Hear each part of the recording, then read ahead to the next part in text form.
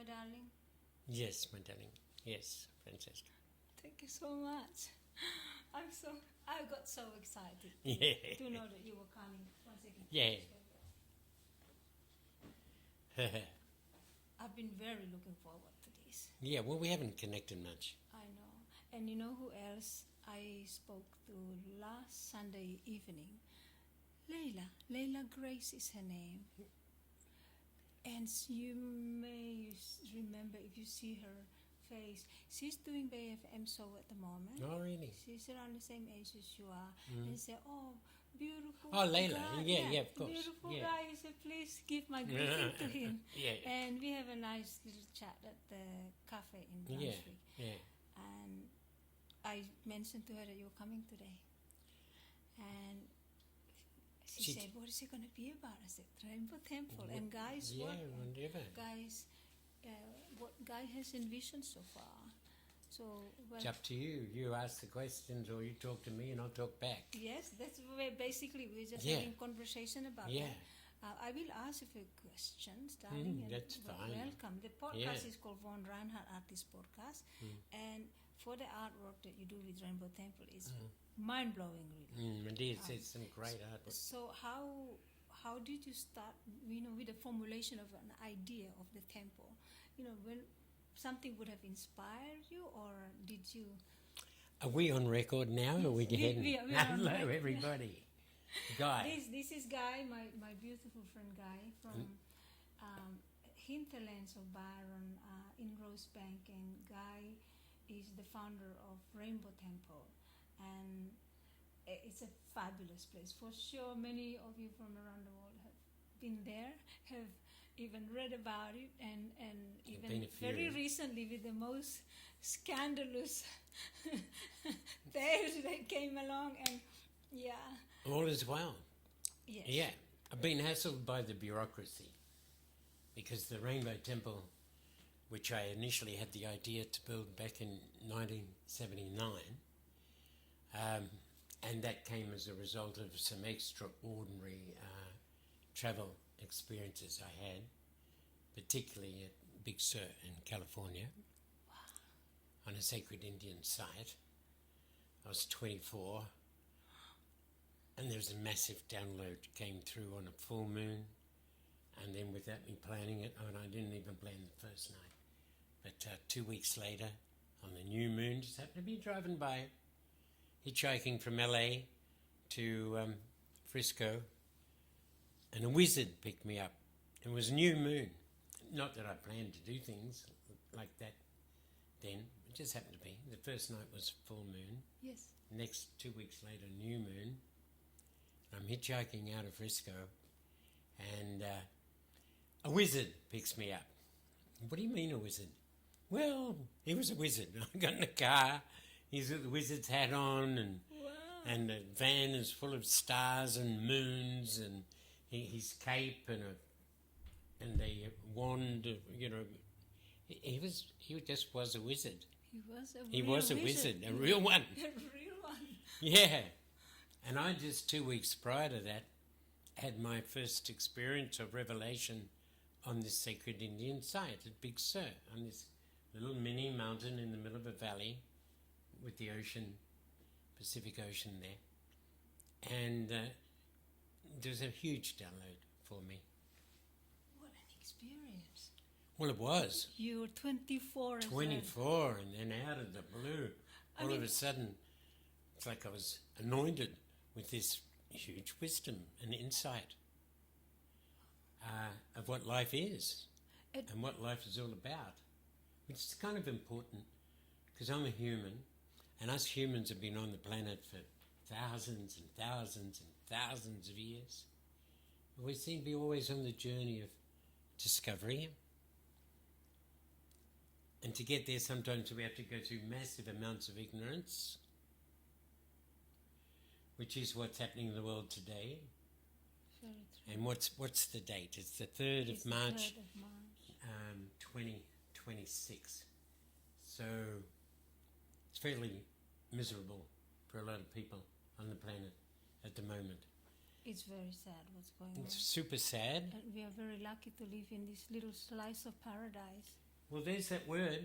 You could call it lucky, Yes. but the way I see it, we must have been good kids, Francesca, We must. in previous lives, because this life has been beautiful, at the expense, Yes. it would appear, of the indigenous people of this country, who've been looking after the country for, they say, 60, 80,000 years on. It feels like me forever, the Yes. indigenous It people.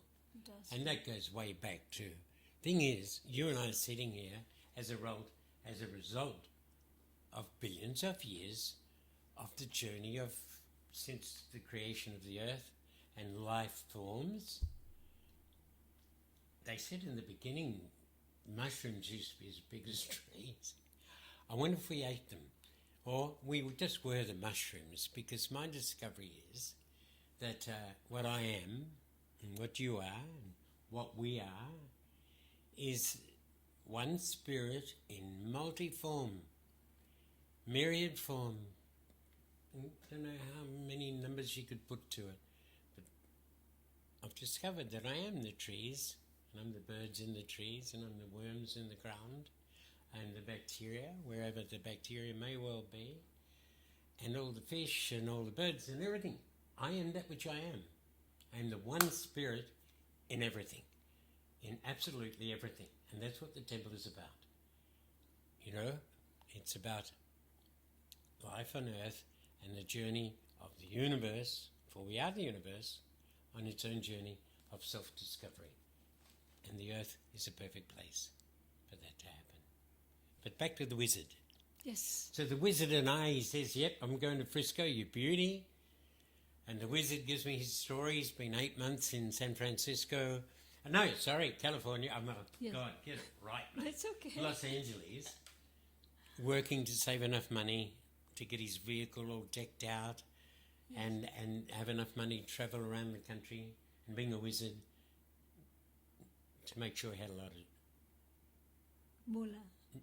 not only moolah but hallucinogens and Oh, okay. LSD and yeah. really good The marijuana, medicinal stuff. medicinal stuff. And I was fortunate enough that he was the first car, and went out, stuck my thumb out, and there he was, wizard. And we're about 50 metres up the road. And no, it's what I say, 50 kilometres, let's get it right. You'll have to excuse me through this little exchange because sometimes I'm a little bit dusty, because I just turned 80 years old, and I'm noticing that my brain is slightly dusty and fragmented and whatever. But overall, I can give you the essence of the story. You're still in great health. And Yeah. that's a really a blessing It is a to blessing. be at this age. It's a You great walk, blessing. You walk Yeah. straight and Yeah. Yeah, feel it's good. beautiful. Yeah, you feel good, and you always still with the same energy when back to 20 Since years you've known back. me. Yeah. Yeah. I mean, Which is a long time, can you Francesca. believe? Oh, I can't believe. But I was just thinking how when I first met you, and I couldn't. You were the first man that I understood that can be called Guy, with the name Guy, right? Because as soon as I arrived in Australia, people don't say a gentleman; they say that guy. Yeah. And so that's all I understood, the term guy. And then when I got introduced to you, and I was thinking, some person must be making a mistakes. And I asked them, how do you spell this gent's name? They say Guy. And it's like guy. And I was questioning, and then I went to you, are you called gay or guy? And No, you say, that used to and upset me when I was younger. Yeah, and you say to It me, still upsets me that But- people yeah, get me. but and then you say to me in a really sweet manner, loving way, you say, "Not yet, darling." I'm still Well, not fine. yet. Not yet, darling. It was such a light-hearted You're probably thing. looking for a few lifetimes on that one, but I was so blessed, yeah, you know. that- yeah. Well, we had a lovely meeting. But how you embrace that, you know, me not knowing, somehow you, Yeah. by intuition, you knew that I have no clue. Yeah, well, Guy has Thank got you. lots of meanings. Yes. In Hebrew, it means a little valley, a little dry watercourse. Wow. And In Hindi, it means cow. And so Holy I like that. That's a holy animal. Sacred in India. cow. Sacred, yeah. Mm. And in building the temple, it just used to be me and the cows in the paddock. So we talked a lot. In the valley. Up on the hill where the temple is, and there'd be cows there. Now it's a macadamia orchard, monoculture. Not too happy with it. Yes. It's not my property, so not much I can do with it. But, so, yeah, Guy also means cow. So, yeah, the wizard need his hallucinogenic stuff. The wizard and I got along famously, because I'd already had 2 weeks prior to that this great awakening, really. Yes. I could describe that, but let's skip it and get to the second night. So we were driving. He was going all the way to San Francisco. Great. But we're only about 50 k's out of LA, and we see ahead of us a giant. A giant. A giant. A huge man with a pack on his back, vroom, vroom, walking up the road. As in, how tall was he then? Like, he was about how tall? Yeah, like height-wise, like height-wise, I don't know. In inches, he was about 6 feet, 8 or 10 inches, nearly 7 feet. He was just the biggest man I've ever seen. And he was. We managed to pass him. He wasn't hitchhiking. Yes. But he was walking in the same direction. So we stopped. And in a few paces, he caught up with us, the giant. And he was Afro-American. Wow. Until this day, the biggest man I've ever seen or met. And in a few paces, he got to the driver's side window. And because he wasn't hitchhiking, he didn't request us to stop. He got to the window and, "What can I do for you, boys?" What could he do for us, seeing that we stopped? And I sort of stammered out, "Well, we saw that you were walking fast in the direction we're going, so we thought we could offer you a lift." It looked like would he fit in the car? Well, it was a van. Oh, right. If it had been just a back seat, it would have been very difficult, because not only was he a giant, but he had a massive pack on his back. Oh, wow. Right? So he gets in. So I've already got the wizard's story. He's got mine, to a degree. And then the giant. And when we said, first of all, he said, "Where are you going, boys?" And we said, "San Francisco." And he said, "Well, probably not that far, no, but I will accept your lift." And he goes around and he opens a sliding door in the van. And he puts his back in and he gets in. And so much extra weight. And, that's the luggage. And then we start getting his story. And the giant... beautiful man had just got off the plane from, this is 1970. So he just got off the plane from Vietnam. No. Yeah, he was a Marine or a soldier in Vietnam. Did you catch his name? And he was name? on service leave. No, I did. For sure I did. I can't remember. Yeah. Wow. I can't even remember the wizard's name. But they were pretty important to me in those days. So the giant tells us that he's just got off the plane from Vietnam, and he's looking for a place in nature where he can recover from being in hell. The best medicine. And I said, yeah, the best medicine. He wasn't going out to get drunk or get a woman or even to family. He was going into nature. And I piped up and said, "Oh, I know just the right place. There's a mountain a few k's further up here. It's a magic mountain. And I was there 2 weeks ago. Oh, so much happened." And the wizard said, "Magic mountain? I'm in." So the three of us, the wizard, the giant, and myself, I knew exactly where to go. We parked it because it was a river flowing out into the ocean. Yes. And Highway 1 was high up, and it would come down into the valley, cross the bridge, and then all the way up again. And in the middle of that valley was, I refer to it as my magic mountain, was this big hill. In truth, it was a big hill in the middle of the valley. And that's where we'd gone and camped 2 weeks before, this other young bloke and I. And that's where it had the magnificent download. So this time we parked the car and we walk in, and first time I went there, and we found it. There was a stag grazing, big stag, What's a stag? big deer, male deer with their Oh, antlers. that's called a stag, yeah. And an owl flew by. It was late in the afternoon, and there we were on a hill. We didn't know what to expect, but we're on the top of a hill, grassy area, with another little hill on top of that, and 3 big boulders together, 1, 2, 3. And we knew that was a sacred site. There was no doubt about it. Oh, right. And there was the sun going down over the ocean, right in the middle. Wow. And I could describe that night, but let's let it go and just jump into the second one. Yeah. And so they loved it, of the wizard and the giant. And the wizard and I, we took a little bit of LSD, good quality. But the giant, he didn't want to take any psychedelics. Can I ask you, because of course I heard the terms for the drugs, but I don't actually know what is LSD. what is it made of? Lysergic acid. It goes back to the days, there was a bloke called Timothy Leary and others. They sort of introduced it. It was some fellow, I'd like to be knowledgeable and tell you who. Yeah. But he invented this substance that if you took a little of it, it would open up the brain so that you were using parts of your brain you never used before.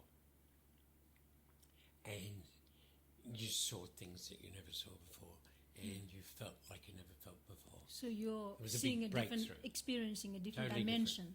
Different dimensions. But all coming out of here. But it just unlocked lots of doors in the brain. Right. And still does, depending upon who made the mix. Because some people are making some pretty shocking mixes of it. Oh. I don't take it anymore. I haven't Yeah. taken it for years and years. So we go back to the giant and the second night. So the giant didn't want to take any LSD. He's just come in from a pretty rough sort of trip in Vietnam. But the wizard and I did. And I sat down to watch the sun go down over the ocean, which is what this spot allows. Sun going right over the ocean. And the wizard and I took some LSD. And the giant, no, he didn't want to do that. But he did smoke. I see. Spliffs. What's Spliff is it's stuff called marijuana. marijuana. And it's been pretty popular for a long time now. Of course. I haven't smoked that either for a long time either, but at the time I did. Yes. So the sun's going down, the wizard and I, took the hallucinogen, but the giant didn't. But this is a very magic mountain. A place that unusual things to the max occur. But it's also very unusual. You met a wizard and you met a giant. Yeah. And you met a normal sized human, which is you. Which was me, the version of you in that situation. In that situation on a mountaintop, looking at the sun go down over the Pacific Ocean, beautiful mountains back there. And 2 weeks prior to that was a full moon, and that was a big breakthrough. Maybe we can talk about it another day. But let's just go with this one. Yes. So the wizard took out his flute. Let me know if your call alternate. No, I'm not. Okay. The wizard took out his flute and played magnificently. The giant took out a harmonica and played magnificent, and they jammed. They just jammed together. It was divine. Fabulous. Oh, it was. So I just sat there because I'm not a musician. And as the sun went down, they played their music.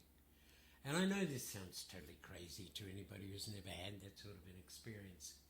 But the sun went down over the ocean. But there was a problem because I could see another sun in the sky. And this is Magic Mountain, remember. I saw another powerful sun in the sky, but we just watched the sun go down. Yeah. I knew I was under the effects of the hallucinogen. Yes. But so I said to the other two, hey, you guys, didn't we just watch the sun go down? Yeah. Can you see what I see? Another sun. Did they see it? Both of them could see it. And both of them, and the wizard who didn't take any hallucinogen. saw it too. The three of us sat there, and for a good hour or more, we saw that second sun slowly set. That's so magical. It's so magical. Not much more magic than I the would first love- night on the mountain, but yeah. I would love to experience. It's Just divine. once in a lifetime. It was so divine.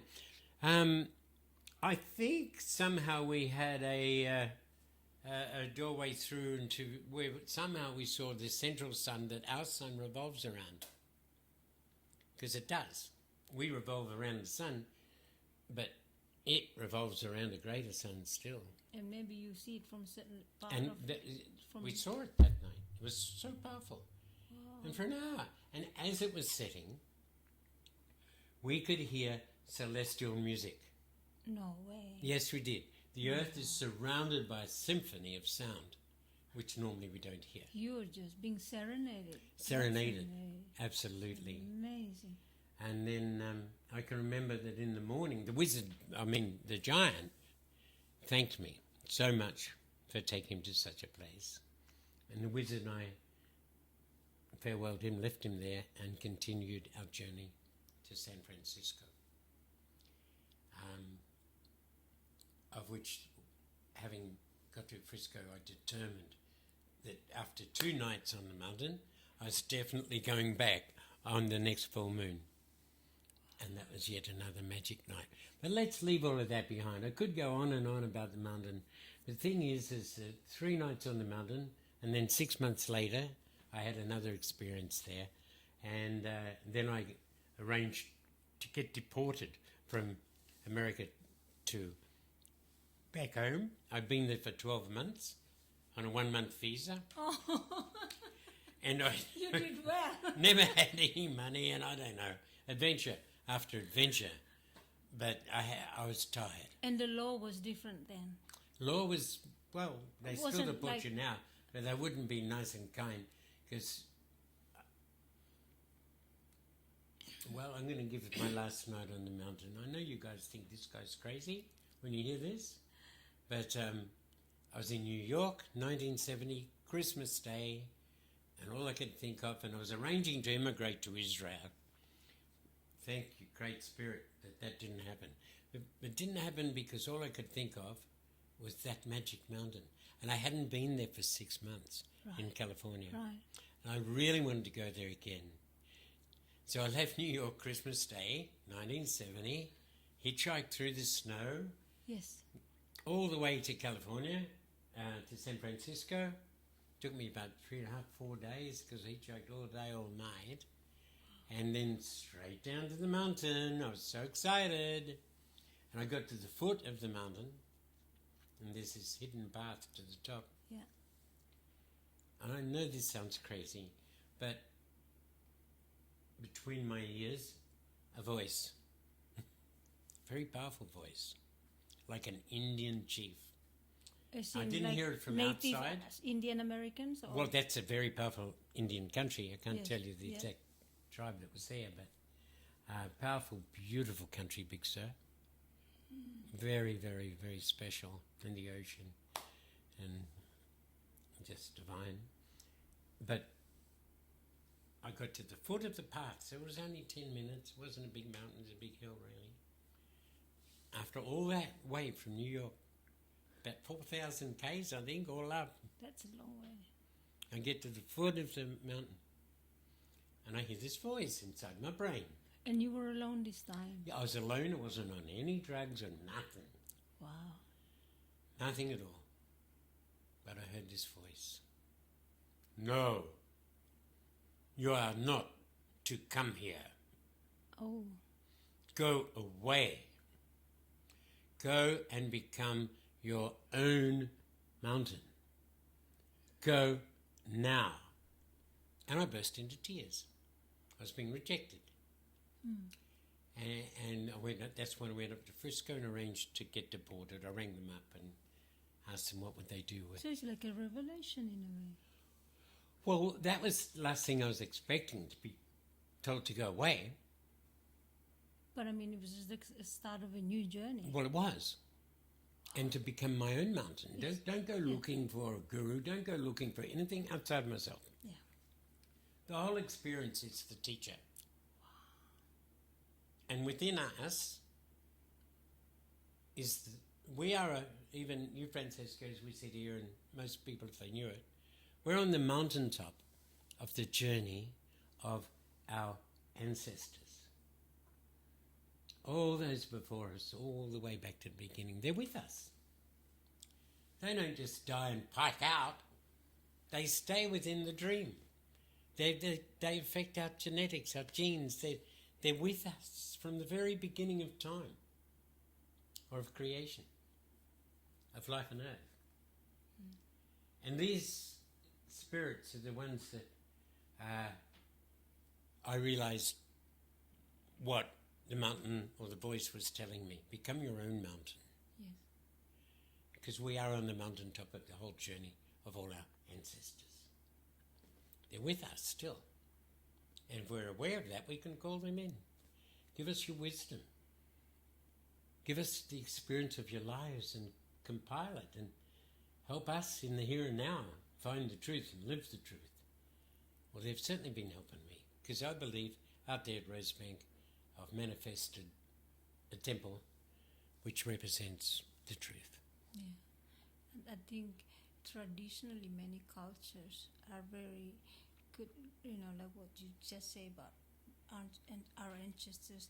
It really relates and resonates with many traditional, societies, because they value their ancestors. And they do, don't they? And they also don't deny, no matter what happened in the past, they don't deny their ancestors, their roots, because that's for me as a person as well, like for any of us, I think it's a foundation of identity, because once we don't know our roots, we kind of try to find a way to identify ourselves with something else, some kind of association with, because we are disconnected. Disconnected, yes. yeah. And whereas Indigenous people tend not to be disconnected. Yes. They really. Yes. But so they've got each other, and Indigenous people realise their oneness with nature. It's true. And with all the creatures in nature, with everything. Very true. The Australian Indigenous, in particular, had a connection with everything. Yes, you work with Indigenous communities in remote places in I Australia. Are you able to share with us about that experience and how you end up, Well, working with them? it was my destiny to go and live and work and build houses for the Aboriginals up the top of Australia. It was also my destiny to be walking along Rainbow Cliffs Beach up in Yirrkala, Cove Peninsula, and walking past Rainbow Cliffs Beach, where I had the idea that, hey, you're about to go back and start building the Rainbow Temple. How about rainbow clothes? Rainbow pardon? Clothes. Clothes. Oh.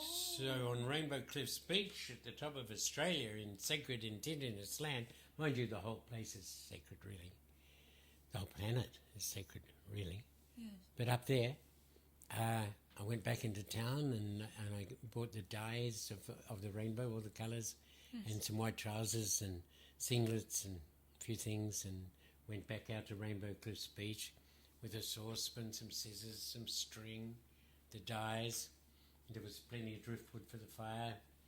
And I dyed the first rainbow clothes. I do actually think I'm the first so-called rainbow man, certainly to wear rainbow tie-dyes.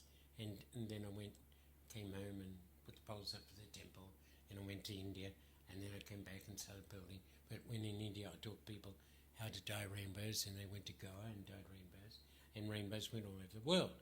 And people are doing a lot better than this boy, because mine was just like a raw technique of doing rainbows. Yeah. But it got some good artists It became started doing it. Common, very popular. Yeah. Like a lot of people favor them because of the vibrancy. Yeah, it was wonderful. Good feeling. It was so vibrant. I don't wear them anymore. I wear lots of different things, but Yeah. I rarely wear rainbow clothes. Yeah. But at the time, it was great. Oh, of course. Francesca. Felt really good in Rainbow. And when you were in India, you were just in Goa, or? No, I never got to Goa. Oh, you didn't?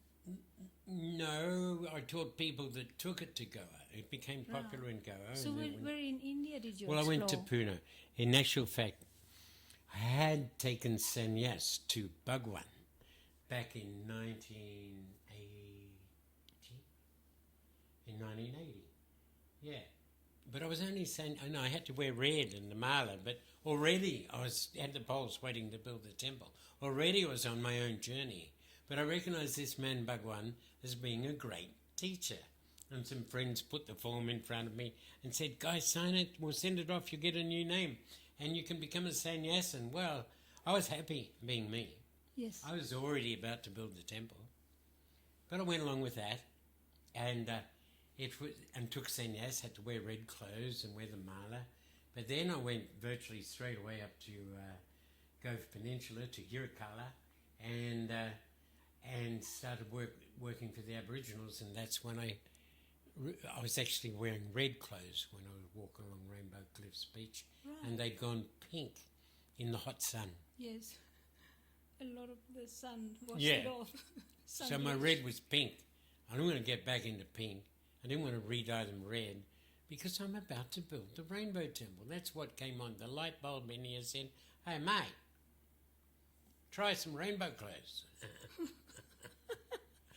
And I'm pretty sure in the original Rainbow Man, I don't know, but certainly going back. So I came back and I had to dig. The temple is in the shape of what people refer to as the Star of David. Right. And Jewish, they see it as a Jewish star. There's an ancient Egyptian sign, ancient Tibetan symbol as well. So it goes way back before King David chose it to represent the people. Now, King David, he was an awesome man from what I can see historically. Yes. A great poet, a romantic, and a builder. It's the dream of any woman. He was himself the dream of many a woman, and he knew how to flirt, that's for sure. But I never got totally involved in that. But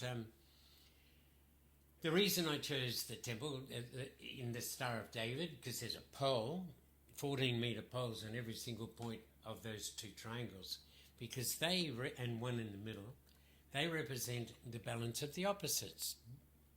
Yin, yang, perfectly in balance. And that's the reason I chose to build a temple in that design. Right. Because looking at the earth and the journey of life on earth, the only problem on this planet is humans. It's true. Everything else is divine and natural and gorgeous and wonderful. Wow. But the problem is humans and what we do to each other. And such as what's happening today, yesterday, and no doubt tomorrow. And humans are devastating this earth. We're overpopulated, cutting down the forest, polluting the rivers and the oceans, destroying not only each other but all the flora and all the fauna. And we don't want to learn from our history for what we've done to each other. Yeah. Where's the wake up? We're choosing to be stuck. But in the message I got back in 1970 on the first night on the mountain, I'm not going to go there. Maybe if you guys get a bit of feedback to Francesca and you want to hear about the first night, we'll come back for then call for it. For many more. Because that was magic too. It was amazing. Yes. But so I chose to build the temple in that design because it represented the balance, and I wanted to assist in the recreation of the divine balance of everything and man and woman.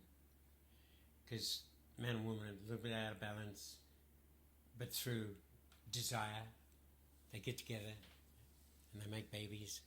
But because they're not in balance, the babies have a pretty rough period of growing up with parents who are not aligned properly, who are not doing the cosmic dance, who the man is not aware of who the woman really is, and with the way he behaves, the woman doesn't really want to know who he is. Mm.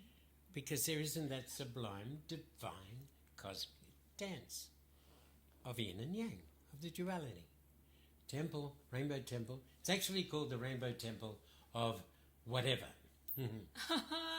That's its full name. Oh, whatever. Rainbow Temple of whatever. Oh, wow. And it's meant to be, and it does, it is. It's out there and it's 7 stories high. And I didn't design it, I built it. But the design came through me. Yes, as you're building it. Yeah, as I was building it. I witnessed part of it. Yeah. The And second, I think the last 3 that I witnessed. The whole thing came without not a drawing. And I had no background in building except for a tree house. I lived in a tree in Darwin for 2 years. Beautiful tree house on Lemery Beach. Dr. Scully, and just close to the centre of Darwin. And since that... What's the experience like living in a tree house? One of the best experiences I've ever had, because it was a beautiful tree house in a banyan tree. Oh, with banyan trees are many trunks. Best. Oh. Right, and it was just a deck above all those trunks, which was our kitchen, and then I just built a deck and put a double mattress on it, and then a roof out of plastic and tarps and whatever. Yes. And it was on the beach, and right next to it was a waterfall. Right. Darwin Central was 500 metres away, max. That's far. And there's a beautiful beach, and the ships would come into the port of Darwin and go around, and the sun would set over the ocean. And I was the first of a few people that came to live on the beach in little huts and things. And they were great times. And, you know, since living in the treehouse, I was never able to live in a normal house. Yeah. No. That's amazing. Because it just brings you really close to nature as well. Normal house is... So close. Yeah. Yeah. I mean, I can't imagine you living in suburban... No, I haven't been able to do that ever since. I cannot imagine you. No, I don't belong in a suburban house. Yeah. That was beautiful. Darwin's not quite the same now. It's over sort of industrialised. There's lots of soldiers everywhere. There's jet planes and so much noise down in the harbour where the beach house was, where the tree house was. Yeah. They're dredging the harbour and... But back in 1971, 1972, it was fun. So why was it called Rainbow Temple? Well, I just chose to call it the Rainbow Temple because, you know, the rainbow's a symbol of, well, in Australia you've got the rainbow serpent, the creator spirit. Nearly everything goes back to the rainbow serpent. But also it's a bridge between heaven and earth. It's a symbol of the bridge between heaven and earth. Anyway, I just chose it and then did rainbow clothes, came back, had to dig 13 holes, 2 metres deep, to take a 6 metre radius Star of David, hole in every point, one in the middle. And I had great adventures up there. I danced in a National Aboriginal bungle. They're bungles up there. They don't call them corroboree, but mobs came from all over this country to dance together for a week on Groot Island in 1980. Oh, wow. And David Gorpulu was the number 1 dancer at that particular meeting. He's a good dancer. Oh, he was brilliant. And so he was the reason it all happened. You see him a lot. I did. I got to see David. Was that the period before he was famous? No, he was on the way to becoming famous. Oh, wow. He'd already done Storm Boy and a An few other movies. Amazing actor. Oh. Wow. Gorpulu is amazing. Gorpulu. Yes. He like I danced in that bungle. I got invited to dance, and that's a magic story. And he was a great artist, a great Iraqi player, a great lawman. He knew that he was just one of the most magnificent Yolngu, black man of the north, and he represented the mob with so much charisma, and it was beautiful. For us, like me, that had the fortunate opportunity to meet him and have adventures. I had adventures with David.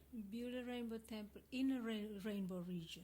Well, yeah, but the universe chose that, yes. right? I never knew when I bought land, because after living in the treehouse, I met a beautiful woman, and she became my lover and partner, and she conceived. And at that time, I was still wanting to get back to Israel. Yes. I would never go there now. I'm so sorry to say that if any of you get offended, but I've got strong views about what's been going on in the Middle East, very strong views, and I believe it's a part of the ignorance that the evolving humanity has to leave behind. And the temple is all about rebirth, Francesca. And peaceful. It's very peaceful. Well, the rebirth, the journey there is maybe not so peaceful because we're eliminating ignorance. That's, yeah. And ignorance is profound in the world today. But the message I got all the way back in 1970 was this realization that I am one with creation, and that the reason for creation is for the universe on its own journey of self-discovery. And we're coming out of ignorance. I got that 55 years ago. And the adventure of coming out of ignorance was in front of me, and which is like kind of here and now. And who knows, the next few years. But I talk about rebirth because on my final night on that mountain, Yes. when I hitchhiked down, I found myself on that sacred mountain by myself. I don't want to go into it completely because I've got a feeling that most people watching this would think this guy's stark. No, you're not. Totally. I don't. And the thing is, you're my dear friend. I've known you for such a long time. I never think of you in any sense like that whatsoever. Yeah, I have a lot of respect for you, and Yeah. I hold you in high regard. yeah. I would not. I can guarantee. The audience, I'm not This too is- sure who gets to see the Guy is podcast. sane. It's very sane. I think I am. And these are A lot of amazing. people think I'm But eccentric. I don't think so. I think I'm... But wear it as a pride. Wear it as a good thing. To be eccentric is nothing wrong. I mean, you are you. I am me. Yeah. And I don't find your stories crazy. Well, I that's don't good. find Because your they're not. experience. They are the truth. Because when I took sannyas, It's your truth. the Guru Yeah. Bhagwan sent me back my name. Satyam Guy. He didn't always give people's names back. He gave Satyam. me my name back, Satyam, truth. Satyam means truth. Satyam. And That's a Sanskrit name, or yeah, yeah, it is. And I didn't go looking for it. It's interesting. But I was glad I got it. I read it. I Sanskrit. don't call myself Satyam because who wants to go around calling himself, hey, my name's truth. I'm a truthful guy, but I am. Nothing you hear from my mouth is made up. It's all the truth. Well, it comes from your real experience. It so, comes you from know. real experience, not from books or being told this or Yeah. taught this. Yeah, not from someone else's perspective of you. Yeah, yeah. I read that the Hebrew language is the only related language to Sanskrit, like sister language. It may well. I'm not aware of that. Isn't it amazing? Yeah, it goes back a long time, Hebrew. Yeah. But there's something very interesting about Hebrew and English. Tell me. You want a lesson? I would love to, please. Please. This is intriguing. I'm curious. This is a good one. I like this I one. would love to hear it. Please. Yeah. Well, I'd end up spending a year or two in Israel back in the past. But, and I should have learnt the language properly, and I didn't. There's a thing you can do there, a language learning course called an Ulpan. But I never did the Ulpan. I had great adventures, but there's three words in English that relate to three words in Hebrew that seem to put everything together as one. Just three words. So, for me, to call you she, She. in Hebrew I'd be saying he. She is he in Hebrew. That's interesting. And to say him or he, as in man, Yes. you say who. She is he is who. Ooh. And to ask the question, who, like who done it? Yes. Me. Me is the question. Who? That's amazing. Yes, it is. She is he is who, and who is me. I'm I'm so happy to have You know learned that this. one, it's That's the truth. amazing. It's huge. They don't even make... It is huge. They don't, nobody seems to make a big deal about that, but I do. Because to me it's like putting it all together. He is, he are. He's He's he. who? He's who? Who's who? Who is me. Me is the question. Yeah. Me is the question. Who am I? Yeah. Wow. Don't you like that? Absolutely. Me too. I love that. I love it. I love it. Yeah. No, they don't make a big deal about it, but to me it's hugely important because that's the language of the Bible. Yeah. And somehow it's been topsy-turvy and come through in English in a different way. I think so many versions of it. So many versions. Altered too, I would say. The final night on the mountain. No, Yes. except for 6 months later when I hitchhiked there. Yes. But the third night, full moon, new moon, full moon. I was hitchhiking from San Francisco down to my mountain. This time I knew where it was, and after the 2 weeks prior to that and 2 weeks prior to that, nothing can stop me going to the Magic Mountain. And I get down to Santa Cruz, south of San Francisco, and another 100 k's or something to go. I don't know how far out of Santa Cruz, 80 k's to get to that where that magic place was. But a bloke, I went into Santa Cruz and I came out, and there was about 4, 5 or 6 different groups of hitchhikers, all hitchhiking south. Well, I had to do the polite thing and walk past them all, because you don't get in front of people hitchhiking. So I did that, and I walked past them all these different groups, found a good spot. I see a car coming, the first car, and it passes all the others, a little beetle, beat-up beetle, and I stick my hand out, and it stops. And I get in, there's an old bloke with a beard and a black hat, and he says, as I get in, "Consider yourself extremely fortunate, young man." Oh. Because I never, ever stop and pick people up from the road. But you, I couldn't resist. And I was 24 years old at the time. I'm not this old fella you're looking at. I was 24 years old.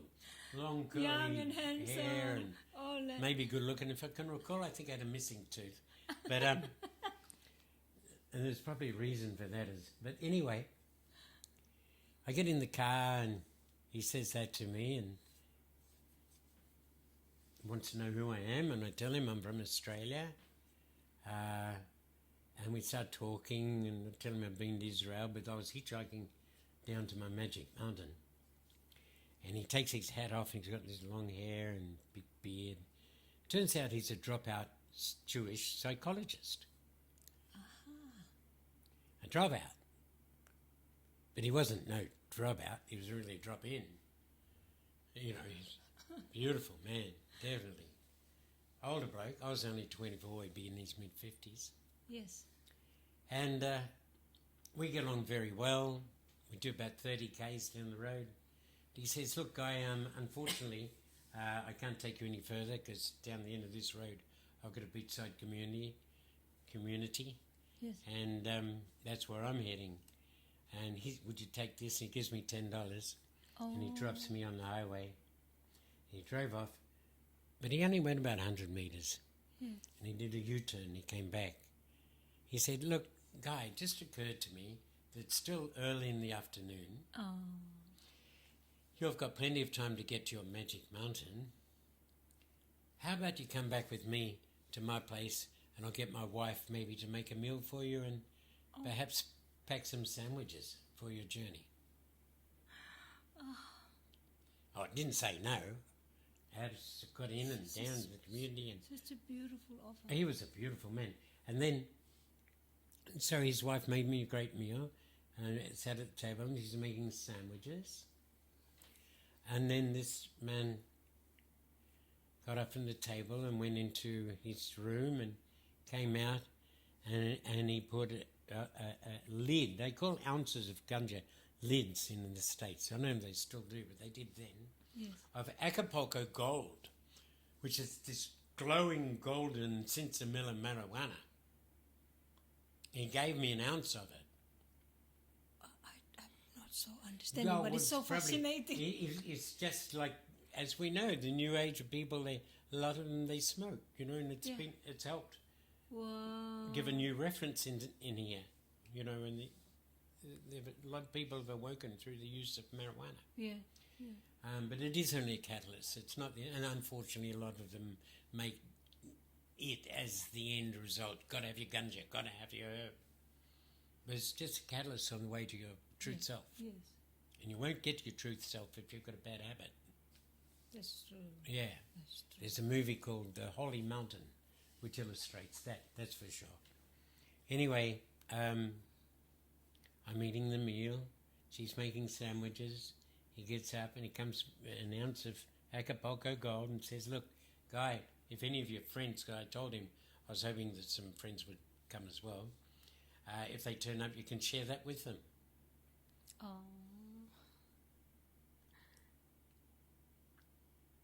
Thank you so much. Do you remember his name? I do, but I don't want to use it in case it's retrograde. He's That's probably right. passed by now, because that was 55 years ago, and he was about 55. So, but I still don't want to use it. But I remember. If he has a long life, I remember hopefully. he had a daughter. I met his daughter. She was about 5 years old Beautiful. at the time. She'd be 60 now.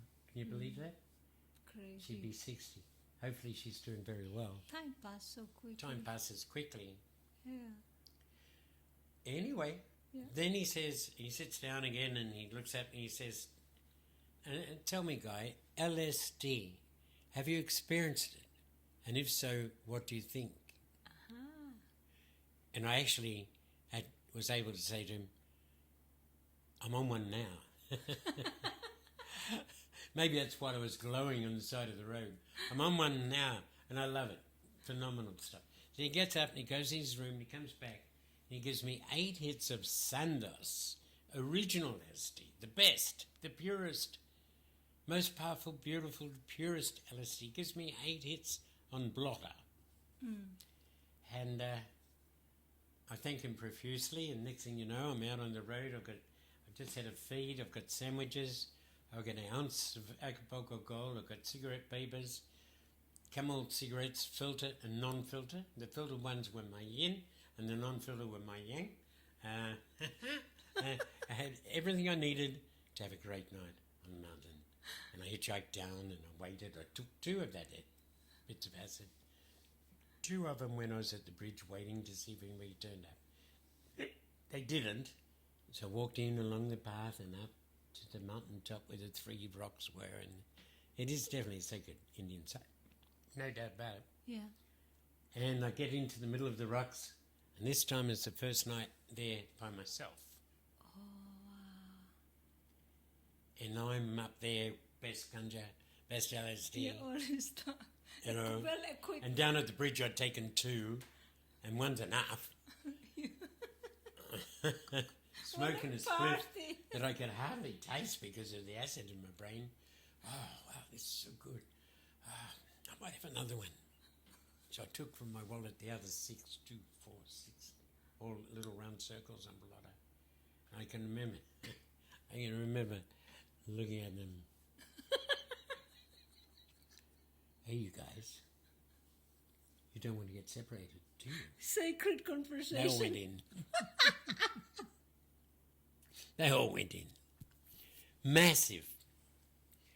And next thing, you know, not too much longer, my brain, like off Byron Bay, you get these cumulonimbus clouds. And they just sit out there like storm clouds. And they strobe. All this lightning. They don't move, they just strobe. Yeah. Boom, boom, boom, boom. That was my brain. I could feel all these electric stuff going on in there. And, oh, man, I was under the influence, yes. Not on alcohol. I've stopped drinking alcohol years and years and years ago. And I don't take psychedelics. I don't smoke anymore. Coffee is my biggest addiction, and ice cream. I've got to watch that. I've got diabetes, so I can't, I shouldn't be. Overloaded with I was overloaded that night. And that's being the 3rd night on the Magic Mountain is when initially I saw the mountains move and boulders roll and the bridge over the highway break into pieces, and up came the splashes, and more than anything, the whole Pacific Ocean just went out like that into a big wave. Oh. And I thought it was happening, but maybe it was only 3 seconds. Wow, it looks realistic. It looked so realistic, particularly the bridge breaking Yes. in into the stream and upcoming splashes. It was so realistic. Did you have a sense of panic or anything? No. Wow, calm. Couldn't do much about it if it was happening, but I sure thought it was real. But then things went back to normal.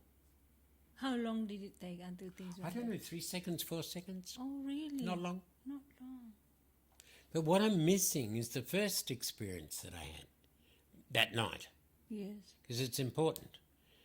The first hallucination I had, I'm on a mountaintop in the middle of a valley, Pacific Ocean, was looking into the land, and everywhere I looked in the land, I could see people. Men and women and children. I think they were wearing clothes, because I can't remember whether they were clothed or naked or whatever, but there was hundreds of people in the valley wall, and on the other, there was all around, everywhere, people. They was moving around to get a better look at me. I was in the centre, and there was this eerie silence. Now, these people weren't on the land, they were in the land. And I can remember saying, oh my God, I don't want to be in the middle of a crowd like this. I should have hung out. Hey, you dudes, what are you up to? What's going on? Hey, you. And you. But I didn't. I thought, I'll close my eyes, and I'll just close my eyes, and when I open them, things will be back to normal. And that's what happened. I closed my eyes for a minute or so. When I opened them, things were back to normal. But that's when the earthquake happened. It didn't happen, but that's when I saw this earth-changing earthquake. And then the only other image I had that night under the influence was the full moon. Because I went down there specifically because it was going to be full moon. I knew a full moon was going to come up. Yeah. And it came up. And I can remember looking at it, and it was a beautiful night. But the full moon looked so much like a woman's 9 months gestated belly. I was sure I could see a child in the moon. But that's what it reminded me of. So I don't think I really saw a child in the moon. Yeah, but it looked like that. Yeah. And it fully reminded me of that. So then since then, I've put those 3 experiences together. The people in the mountains, in the earth, the ancestors, maybe. I don't know if they're mine or they're just hanging out. And then the earthquake, which was massive, because the whole ocean just went Pacific. Something must have been going on out there. But, of course, that hasn't happened yet. And seeing the child, and along with the other experiences I had on the mountain, is that the Rainbow Temple at Rosebank is built to celebrate creation as it was in the beginning, as it was even before the beginning, and the journey since, evolution, and the rebirth of consciousness out of ignorance, awakening. And why did you specifically choose Rosebank? I didn't. Oh, you didn't? No, because in that treehouse I met a beautiful woman. She conceived, Yes. went to Kathmandu and through Southeast Asia, and my son was born, Narayan, back in 1973. And then we went on, we got to Israel, and she conceived again, the mama, and my daughter Talia was born in Bali on the way home. So we left Australia without any children, came back, and as a family, and drove to Melbourne and Adelaide and showed the kids to the family, and came back looking for land. And I found the property at Rosebank just when I gave up looking, as it turned out. But I was meant to. Yeah. My whole life is destined. And I want to say that I believe it's the same for everybody, for all of us. Some of us fortunate enough to have positive, blessed destinies, particularly a lot of people who live in this region. There's a very beautiful part of Australia. And the whole thing about the temple, I never knew I was going to build a temple. The only thing I'd built was a tree house. But then when I bought the property out at Rosebank, I bought 10 acres for $6,000, if you don't mind. And I didn't even have any money, so that's another story, how I got to buy the 10 acres. And then I built a house, beautiful little fairy tale pixie house for my woman and kids, but we weren't getting along, Mama and I. So the house was finished. She went away prior to that, got a boyfriend, came back. It was all over. She loved the house, great house, but determined not to live in it with me, and that's a whole other story. Yeah. But no blame. We are living out, Francesca, I believe we are the dreamer dreaming the dream. We are the dream, but we have to wake up to the fact that we are the dreamer, dreaming the dream. Live it as real. It's real, but it's a real dream. And where's true reality? Well, we just have a look at the night sky or contemplate nature, the sun, the moon, the planets and the stars, and realize that we are the emanation of that. That is who we really are. We're eternal. And our journey on earth is the soul of all our ancestors that allows us to make the decisions and make the paths or live out a destiny. Our spirit is eternal. The matter of which we are comes and goes, obviously. Yes. But the spirit is eternal, and the soul is the identity formed within the genealogical makeup of all of us, representing the particular journey that we've been on, our ancestors and ourselves in this lifetime. How old is Rainbow Temple now? Since you I started the temple in 1981.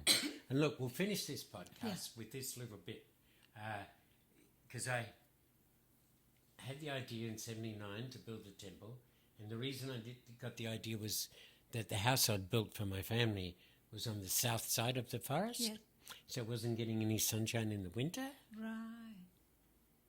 And even though my partner had left, and the kids sort of went in between, I determined that I really enjoyed building that house, but no sunshine in the winter.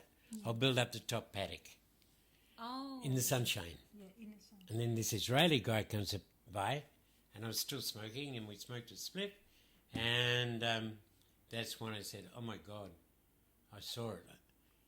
I was going to tell you about a house that I'm going to build, but I'm not. I'm going to build a temple, a rainbow temple, a temple that doesn't belong to any religion, a temple that doesn't belong to any myth, a temple devoted to the truth of our being. And I'm going to call it the Rainbow Temple, and it's about the Great Awakening. And the Great Awakening is when all of us humans realize we're a direct link through to the Creator, and we don't have to go via some priest or some shaman even. We have to realize, and we have to give to our children the wisdom that they are born of the universe, and there's something even greater than being the children of the stars and being the stars themselves. There is something absolutely even more profound, because the one truth of which we all are, the one spirit of which we all are, is the void, the emptiness, the space in which everything's taking place. That's where the one spirit, eternal spirit of all beings exists.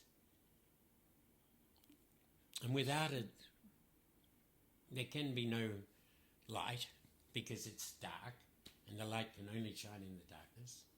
The freezing cold nature of emptiness and the void, and the hotness of the stars, so hot, so cold, and the earth is a perfect balance of these extremes of light and dark, hot and cold, sound and silence, because without the silence you can't hear the sound, and sound has become music and symphonies of, so beautiful.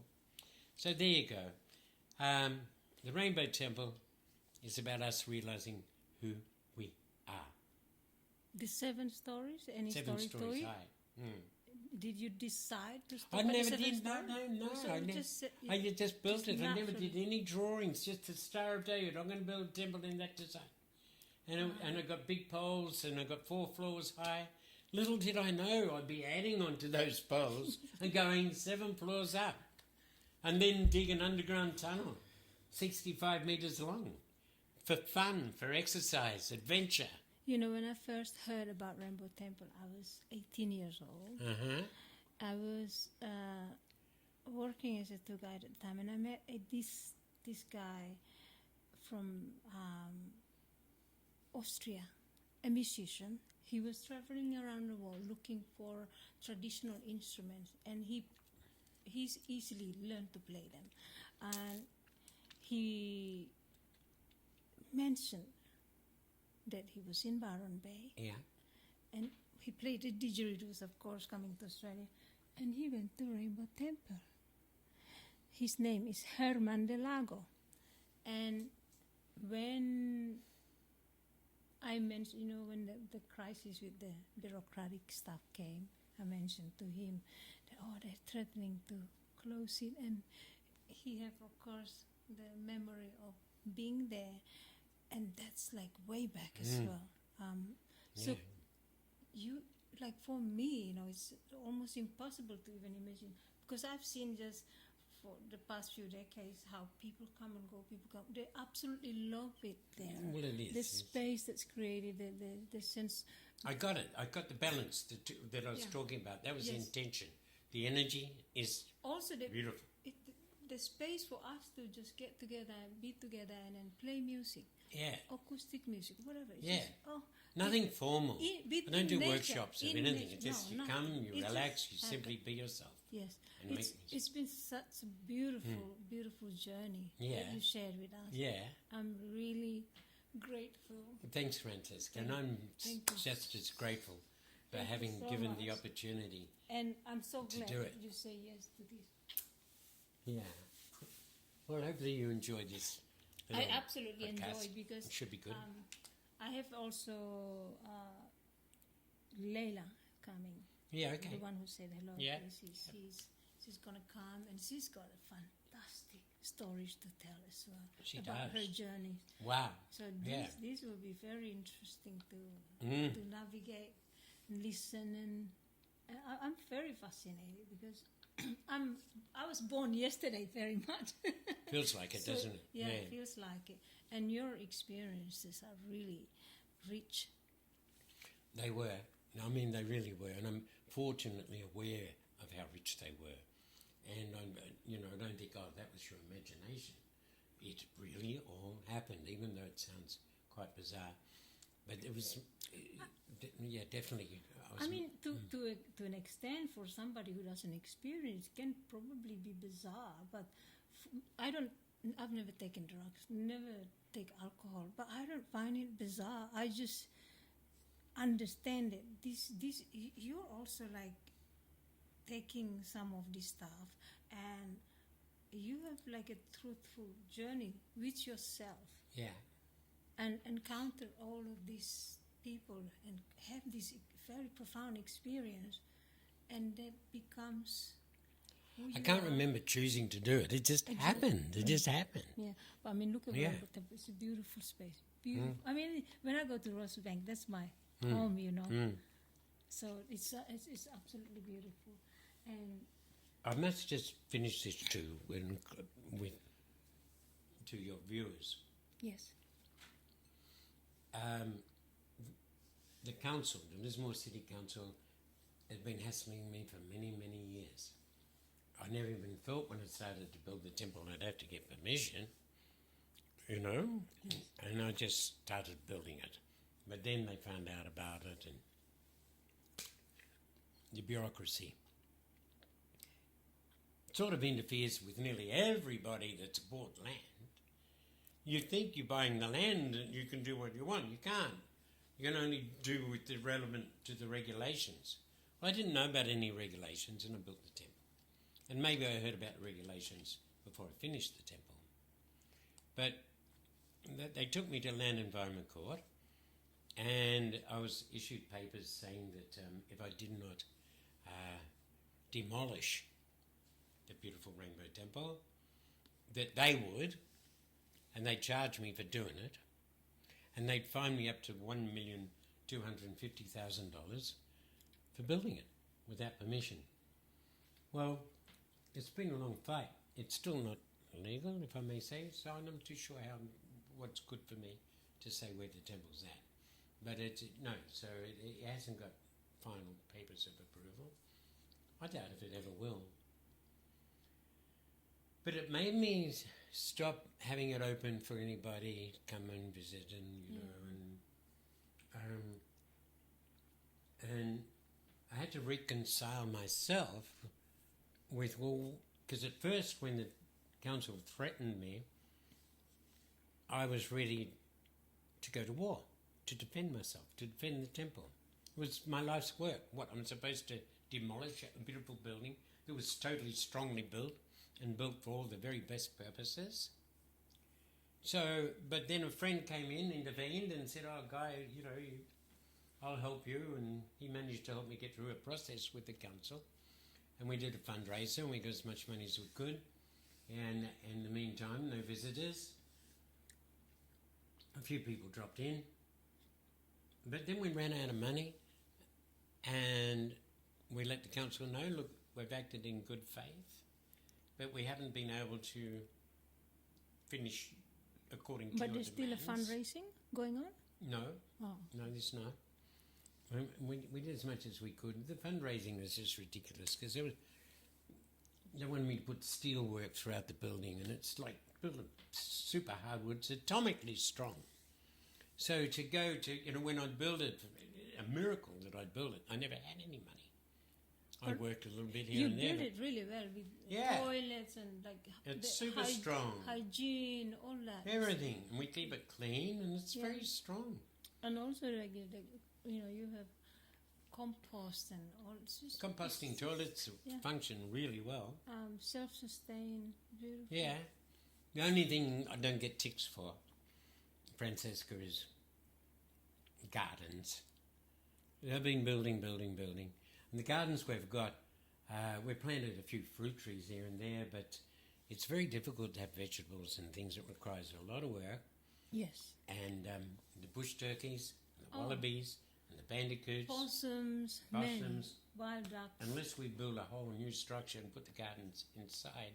But what has grown up around the temple is a beautiful natural eucalypt forest and various other trees and things, and it certainly looks like it's been gardened. You get a lot of nice live animals. Nice lots of live animals. Wildlife, any amount of pythons and lizards and snakes and kookaburras and all of that. Kookaburras and magpies and galahs and cockatoos. Anyway, it's beautiful. But what I have to say to your audience is that I haven't been passed by the council. That I view the temple as being an acupuncture point into the earth. So without having lots of people come, it's doing its work. It's created an area of balance which radiates out, same as acupuncture in a human being. The temple is acupuncture into the earth. And it's doing its work just by existing. Unfortunately, if you've enjoyed this podcast, I can't issue with come and see, come and witness, because I'm still under the thumb of the bureaucracy, the bureaucratic mafia who take so much money off you through extortion and duress. So I'm just keeping it quiet. I want to keep the place quiet, but just want all of you people watching, you're all part of the dream, dreaming the dream, and live your life best you can. Try not to live in ignorance. Try and love each other. Try not to destroy too much. Live for the love of your lives, okay? Try and live it well. And if those that don't, it's very difficult to forgive. I'm a double Scorpio, and you pull out a little card that says forgive. Very difficult for me to forgive, because it's like forgiving my own ignorance, because I am the universal self. So if there's ignorance out there, it's me too. You awaken, and you are the ignorant. We are the whole deal. Move, shift, into a beautiful form, because we're meant to be as beautiful as nature, because we are nature. Even you are, we all are. Okay? Nice to meet you. Thank you, darling. That's very profound. When you talk about very difficult to forget, was it to do with forgiving yourself? Well, yeah. Even though it's somebody else, it's still myself, because I broke through into the fact that only I am in everything and everybody and everything. So I am the positive, I am the negative, I am the awakened, I am the one still sleeping. But we have to move through ignorance. We have to awake to the fact that we are the beauty of nature. We are the spirit of eternity. We are the creator. But this is the dream. Shakespeare could not have written it even any better. But then with all Shakespearean plays, there's drama. And but we have to get through the drama even, to get to the other side and live and love to live and make beautiful children and tell them good stories. Yeah. Thank you so much, my darling. And this is going to be another wonderful journey from the starting point. Yeah. It's never ending. It's never ending. Beautiful part of life. It's great. Because it comes with gratitude. Yes, gratitude. Gratitude is the attitude, right? Get it? How can we be in so much beauty without recognizing it? Without being grateful for it? Without, go for a swim in the ocean. You've got to be great. Go for a swim in a river. It's got to for be grateful. free. For free. Freedom. Yay, viva la freedom. Viva la freedom. Thank you, my darling. Yeah.